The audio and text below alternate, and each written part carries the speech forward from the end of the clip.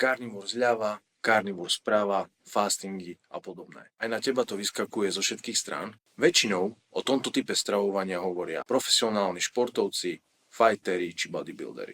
Ale čo ak? Som len hobby športovec, chodím do práce a popri tom niečo poprplím okolo rodinného domu. Ak to máš podobné ako ja, vyskúšal som to na vlastnej koži za teba. V prvom rade, nie som žiadny odborník na stravovanie.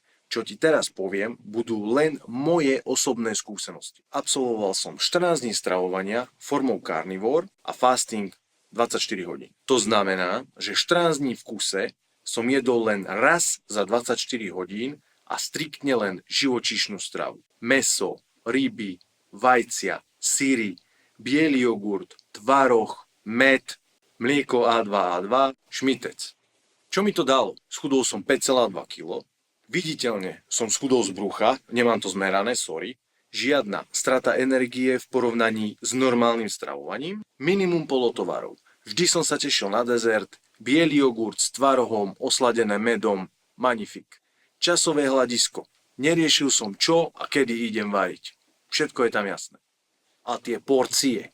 250 až 300 gramov mesa, 3-4 vajcia, syry, jogurt s tvarohom, osladený medom, a všetko to zaleješ A2 mliekom. Paráda. Čo bol pre mňa problém? Prvé 2 dni. Neskutočný až vlčí pocit hladu. Neskutočný až vlčí pocit hladu. Ale tretí deň a tie ďalšie som sa už adaptoval. Časovanie.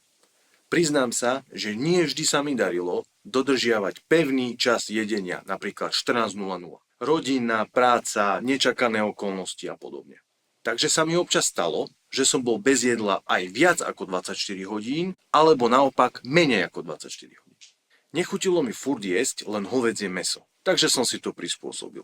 Zaradil som tam tuniaky, krevety, kuracie mäso, morčacie mäso, bravčové vôbec.